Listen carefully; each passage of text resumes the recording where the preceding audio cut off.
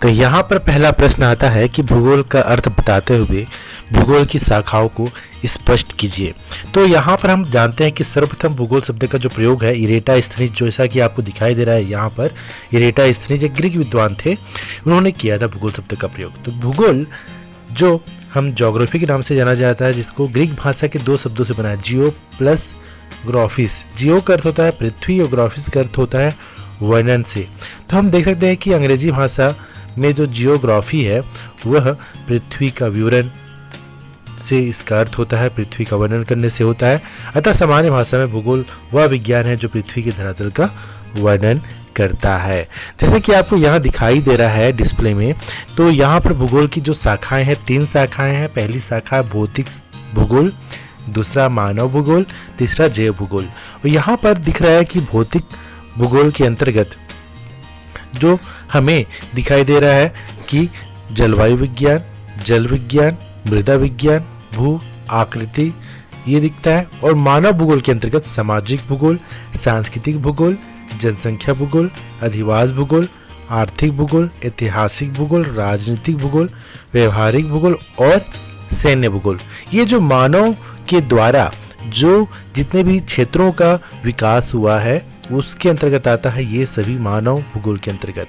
भौतिक भूगोल वे सभी तत्व आएंगे जिसका निर्माण मानव ने ही किया, प्रकृति के द्वारा ये प्रदत्त हैं, ये सब आते हैं। और जैव भूगोल के अंतर्गत जहाँ जीवन की बात करें तो हम देखें कि इसमें आएगा जैव भूगोल, वनस्पति भूगोल, परिस्थितिक भूगोल और पर्यावरण भूगोल। तो इसमें डील नहीं करना है, आपको पॉइंट याद करना है। तो कोशिश कीजिएगा, डायग्राम बनाइएगा।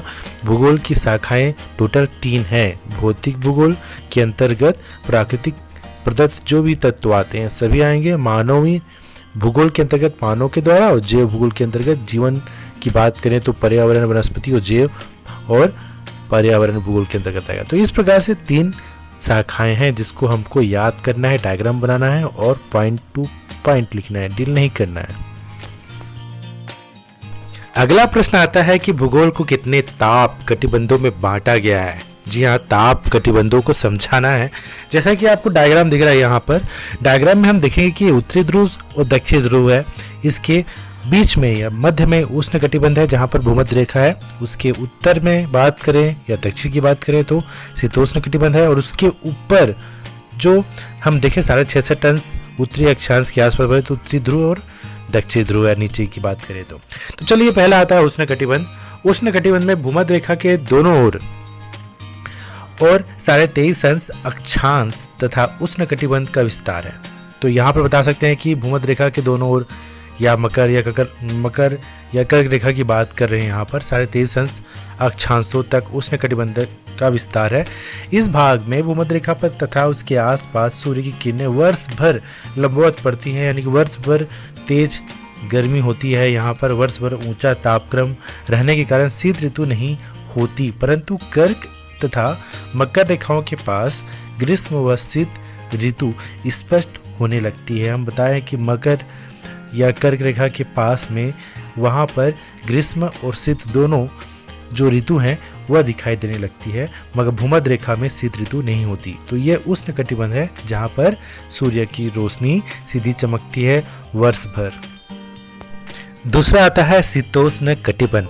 जी हाँ, दोनों गोलार्ध में 23.5 अंश से 66.5 अंश अक्षांश तक शीतोष्ण कटिबंध विस्तृत है। जी हाँ, फैला हुआ है यहाँ तक। इस भाग में रात और दिन की अवधि असमान होती है। ग्रीष्म तथा शीत ऋतु के तापमान में बहुत अधिक अंतर पाया जाता है। तो अंतर बहुत अधिक पाया जाएगा यहाँ पर ग्रीष्म और शीत ऋतु के तापमान में। तीसरा देखते हैं शीत कटिबंध। जी हाँ, दोनों गोलार्ध में 66.5 अंश अक्षांश से ध्रुवीय केंद्रों तक विस्तृत है। यहाँ सूर्य की किरणें तिरछी पड़ने के कारण तापक्रम नीचा रहता है। रात और दिन की अवधि 24 घंटे से अधिक होती है। ध्रुवों के निकट 6 माह की रात और 6 माह का दिन होता है। तो इस प्रकार से 3 कटिबंध होते हैं, उष्ण कटिबंध, शीतोष्ण कटिबंध और शीत कटिबंध। इस तीनों कटिबंध को डील करना पड़ेगा, डायग्राम बनाना पड़ेगा और इसके अलावा हम बताना चाहें 3 कटिबंध के अलावा अगर 5 कटिबंध भी हैं, उष्ण कटिबंध, उपोष्ण कटिबंध, समशीतोष्ण कटिबंध, शीत प्रदेश, ध्रुवीय प्रदेश, मगर इसे ना लिखें, आपको 3 कटिबंध ही लिखिएगा, उष्ण कटिबंध, शीतोष्ण और शीत कटिबंध। महासागरीय लवणता को प्रभावित करने वाले 3 कारकों की समीक्षा कीजिए। इसमें हमको महासागरीय लवणता को प्रभावित करने वाले कारक को लिखना है, तो ये कारक निम्नलिखित हैं।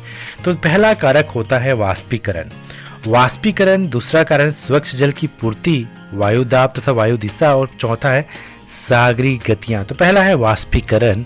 सागर जल के वाष्पीकरण तथा लवण की मात्रा में सीधा संबंध होता है। जी हाँ, सागर का जल अगर ज़्यादा लवणीय है तो उसमें वाष्पीकरण का ही ज़्यादा कारण होता है। जी हाँ, अधिक ताप के कारण जल वाष्पीकरण की मात्रा जितनी अधिक होती है, लवणता उतनी ही बढ़ती जाती है। यहाँ पर लवणता का अर्थ होता है खारापन। जी हाँ, पानी का खारापन अधिक कब होगा? जब तापमान अधिक होगा। वहीं विषुवत रेखा के आसपास निरंतर वर्षा होने से बादल छाए रहते हैं। इसका ये मतलब नहीं कि आप विषुवत रेखा में तापमान अधिक होता है तो वहाँ पर खारापन अधिक होगा, तो ऐसा नहीं है, क्योंकि वहाँ पर निरंतर वर्षा होती रहती है। इस कारण वहाँ पर खारापन कम पाया जाएगा। इसका प्रभाव कुछ घट जाता है। कम वाष्पीकरण से स्वच्छ जल कम उड़ेगा, अतः लवण की मात्रा भी कम रहेगी। इसलिए कर्क और मकर रेखाओं पर वाष्पीकरण की मात्रा अधिक होने के कारण लवणता अधिक पाई जाती है। तो यहाँ पर याद रखिएगा कि कर्क और मकर रेखाओं पर वाष्पीकरण अधिक होगा तो वहाँ पर खारापन अधिक पाया जाता है समुद्र का। जबकि ध्रुवीय सागरों में न्यून तापमान के कारण कम तापमान होता है। ध्रुवीय सागरों में, ध्रुवीय सागर बोला गया तो यहाँ पर ध्रुवीय प्रदेश में जो सागर हैं वहाँ पर कम तापमान होगा, तो वहाँ पर कम वाष्पीकरण होगा, तो वहाँ पर खारापन भी कम होगा। तो पहला वाष्पीकरण। दूसरा देखते हैं स्वच्छ जल की पूर्ति, मतलब सप्लाई ऑफ फ्रेश वाटर। इसमें देखेंगे कि सागरों में स्वच्छ जल अधिक मात्रा में मिलने से लवणता कम हो जाती है। अगर कोई सागर है जहाँ पर लगातार नदियाँ अपना ताज़ा पानी छोड़ती जाएंगी तो वहाँ लवणता कम होगी, स्वाभाविक सी बात है। जिन समुद्र में स्वच्छ जल की पूर्ति जितनी अधिक होगी वहाँ लवणता उतनी ही कम होगी। यह स्वच्छ जल की पूर्ति हिमशिलाओं के पिघलने से, ये जो स्वच्छ जल है, ताज़ा जल है, कहाँ से मिलेगा? तो या हिमशिलाओं के पिघलने से, जो बर्फ है वह पिघलेगा तो मिलेगा, या वर्षा का जल हो गया, या नदियों द्वारा होगा। विषुवत रेखीय प्रदेशों तथा बड़ी बड़ी नदियों के मुहाने के निकट इसी कारण लवणता कम रहती है। कहीं आपको प्रश्न पूछा कि विषुवत रेखा में या बड़ी बड़ी नदियों के मुहाने में लवणता कम क्यों रहती है? क्योंकि वहाँ ताजे पानी के स्रोत होते हैं, जैसे कि विषुवत रेखा में वर्षा का और बड़ी बड़ी मुहाने में नदियों का पानी के कारण वहाँ पर लवणता कम होती है। तो इस प्रकार से आप इसको पॉइंट को याद रखिएगा और डील अपने हिसाब से लिख सकते हैं, क्योंकि इसमें विस्तार काफ़ी अधिक लंबा हो रहा है। आप इस पॉइंट को याद रखिए, स्वच्छ जल की पूर्ति, और अपने हिसाब से समझ के लिखना है कि भाई ताज़ा जल की पूर्ति कहाँ से होगी? नदियों से होगी या वर्षा से होगी, तो वहां पर समुद्र का खारापन कम होगा। अगला तीसरा पॉइंट देखते हैं, वायु दाब तथा वायु दिशा। इसमें देखें कि जो अधिक वायु दाब तथा स्थिर पवन लवणता में वृद्धि करती है। अगर वहां का वायु दाब अधिक होगा और पवन स्थिर होगी तो लवणता या खारापन अधिक होगा उस सागर का। जो पवनें होती हैं उस सागरी जल को एक स्थान से दूसरे स्थान स्थानांतरित करती है। जैसे कि बाकायदा ये किसकी तरह काम करती है? परिवहन की तरह कार्य करती है।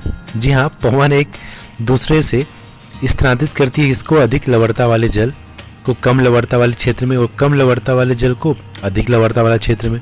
तो वहाँ क्या होता है कि लवणता प्रभावित होती है। और व्यापारिक हवाएं, जैसे कि हम एग्जाम्पल ले सकते हैं कि व्यापारिक हवाएं हो गई जो महाद्वीपों के पश्चिमी किनारों से अधिक लवणता वाले जल को महाद्वीपों के पूर्वी किनारों पर लाकर वहाँ की लवणता बढ़ाती है। तो याद रखिएगा इसको, व्यापारिक हवाएं जो हैं महाद्वीपों के पश्चिमी किनारों से अधिक लवणता वाले जल को महाद्वीपों के पूर्वी किनारों पर लाकर वहाँ की लवणता बढ़ाती है। अगला चौथा देखते हैं, सागरी गतियाँ।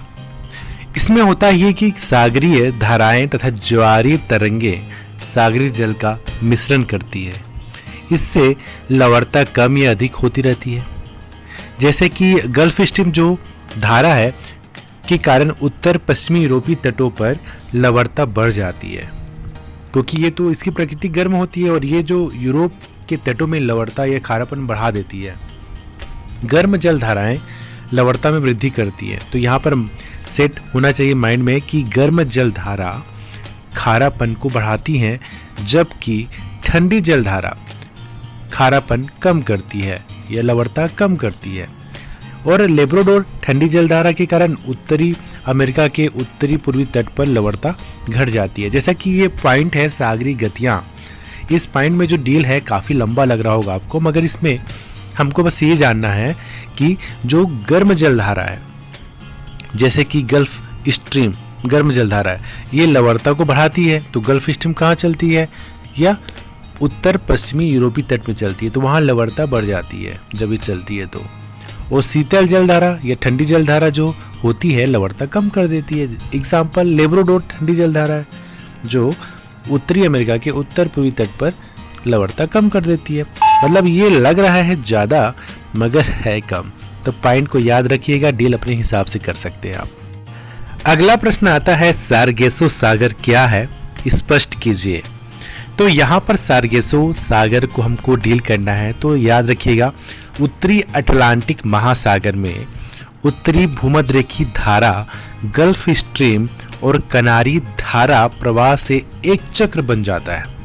इस चक्र के मध्य में शांत एवं गतिहीन जल पाया जाता है। वहाँ का जल बिल्कुल शांत रहेगा, गतिहीन रहता है। इस शांत क्षेत्र में ही सारगेसो नामक जो जड़विहीन घास पाई जाती है, जिसके जड़ नहीं होते। इसी प्रकार की घास स्पेन में भी पाई जाती है, जिसे स्पेन के लोग क्या कहते हैं? सारगेसो घास कहते हैं। और सबसे पहले स्पेन वासियों ने ही इस घास क्षेत्र को देखा था और इसका नामकरण सारगेसो सागर कर दिया गया था। जैसा कि आगे आपको डिस्प्ले में दिखाई दे रहा है कि ये जड़ विहीन घास जो है, और ये जो घास दिख रहा है आपको तटीय क्षेत्र में रखा हुआ, इस सारगेसो, ये सारगेसो सागर में घास ऐसा मिलता है।